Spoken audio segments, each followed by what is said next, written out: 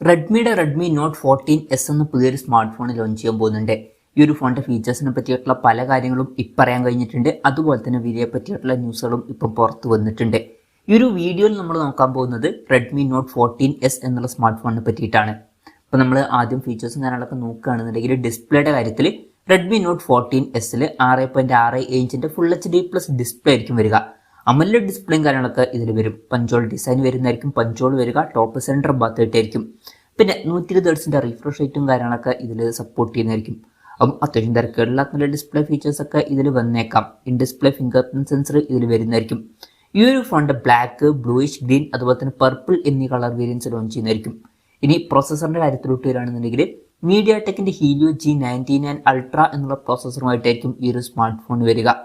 ഈ ഒരു ഫോണിന്റെ വില 22,600 രൂപ പ്രൈസ് റേഞ്ചിലായിട്ടായിരിക്കും വരിക എന്നാണ് ഇപ്പോഴുള്ള റിപ്പോർട്ടുകൾ പറയുന്നത്.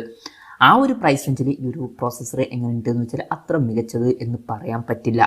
അപ്പം ഈ ഒരു പ്രൈസ് റേഞ്ചിന് പറ്റിയിട്ടുള്ള ഒരു പ്രോസസ്സർ ആയിരിക്കില്ല ഇത്. അത് മാത്രമല്ല ഇതിൽ 5G സപ്പോർട്ട് ഉണ്ടാവില്ല. മാക്സിമം 4G സപ്പോർട്ടായിരിക്കും വരിക. ഇപ്പം ഈ ഒരു പ്രൈസ് റേഞ്ചിൽ വരുന്ന ഫോണുകളിലൊക്കെ നമ്മൾ 5G സപ്പോർട്ട് എക്സ്പെക്ട് ചെയ്യുന്നുണ്ട്. പക്ഷെ അത് ഇവിടെ മിസ്സിംഗ് ആയിരിക്കും. പിന്നെ ഈ ഒരു ഫോണിൽ 8GB റാം വരെയും 256GB ഇന്റേണൽ വരെയും വന്നേക്കാം. NFC സപ്പോർട്ടും കാര്യങ്ങളൊക്കെ ഇതിൽ ഉണ്ടാവുന്നതായിരിക്കും. പിന്നെ സ്റ്റീരിയോ സ്പീക്കേഴ്സ് ഈ ഫോണിൽ വരും.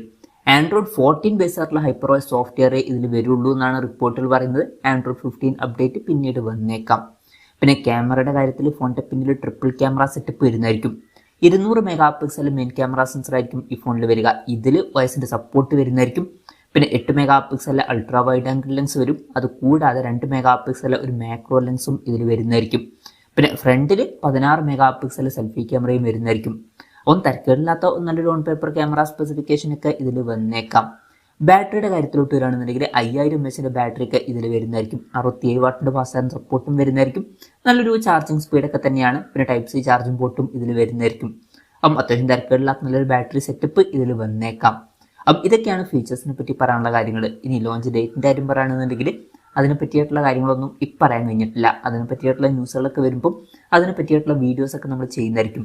അപ്പം അതുപോലുള്ള വീഡിയോസ് കാണാൻ താല്പര്യമുണ്ടെന്നുണ്ടെങ്കിൽ ഈ ചാനൽ സബ്സ്ക്രൈബ് ചെയ്യാവുന്നതാണ്. പിന്നെ വിലയുടെ കാര്യം പറയുകയാണെന്നുണ്ടെങ്കിൽ ഈ ഫോണിന്റെ യൂറോപ്യൻ മാർക്കറ്റിലെ വില 240 യൂറോസ് ആയിരിക്കുമെന്നാണ് പറയപ്പെടുന്നത്. അതായത് 22,600 രൂപ പ്രൈസ് റേഞ്ചിൽ. ആ ഒരു പ്രൈസ് റേഞ്ചിൽ ഈ പറഞ്ഞിട്ടുള്ള ഫീച്ചേഴ്സ് എങ്ങനെയുണ്ടെന്ന് വെച്ചാൽ അത്ര മികച്ച ഫീച്ചേഴ്സ് എന്നൊന്നും പറയാൻ പറ്റില്ല. ഈ ഒരു പ്രൈസ് റേഞ്ചിന് പറ്റിയിട്ടുള്ള ഒരു പ്രോസസ്സർ അല്ല ഇതിൽ വരുന്നത്. പക്ഷെ ബാക്കി ഫീച്ചേഴ്സ് അത്യാവശ്യം തിരക്കേടില്ലാത്ത നല്ല ഫീച്ചേഴ്സ് തന്നെയാണ്. പക്ഷെ പ്രോസസ്സർ കുറച്ച് ഡിസപ്പോയിന്റിങ് ആയിരിക്കും. പിന്നെ വേറൊരു കാര്യം എന്താ വെച്ചാൽ കഴിഞ്ഞ കൊല്ലം റെഡ്മി നോട്ട് 13 Pro 4G എന്നുള്ള ഒരു സ്മാർട്ട് ഫോൺ ലോഞ്ച് ചെയ്തിട്ടുണ്ടായിരുന്നു. ഇന്ത്യൻ മാർക്കറ്റിൽ ലോഞ്ച് ചെയ്തിട്ടില്ല. ഈ ഒരു ഫോൺ ആ ഫോണിന്റെ ഒരു റീബ്രാൻഡഡ് വെർഷൻ ആയിരിക്കും. ഇന്ത്യൻ മാർക്കറ്റിൽ ലോഞ്ച് ചെയ്യുമോ എന്ന് വെച്ചാൽ ഈ ഒരു ഫോൺ ചിലപ്പം ലോഞ്ച് ചെയ്തേക്കാം എന്നേ ഉള്ളൂ. എന്തായാലും കൺഫർമേഷൻസ് ഒന്നും വന്നിട്ടില്ല. എന്തായാലും റെഡ്മി നോട്ട് 14S എന്ന പുതിയൊരു സ്മാർട്ട് ഫോൺ ലോഞ്ച് ചെയ്യാൻ പോകുന്നുണ്ട്. ഈ ഒരു ഫോണിനെ പറ്റിയിട്ടുള്ള നിങ്ങളുടെ അഭിപ്രായം ജസ്റ്റ് ഒന്ന് കമൻറ്റ് ചെയ്യുക. അതുപോലെ തന്നെ ഈ ഒരു സ്മാർട്ട് ഫോൺ ഇന്ത്യൻ മാർക്കറ്റിൽ നിങ്ങൾ ഏത് പ്രൈസിങ്ങിലാണ് എക്സ്പെക്ട് ചെയ്യുന്നത് എന്നുള്ള കാര്യം കൂടി ജസ്റ്റ് ഒന്ന് കമൻറ്റ് ചെയ്യുക.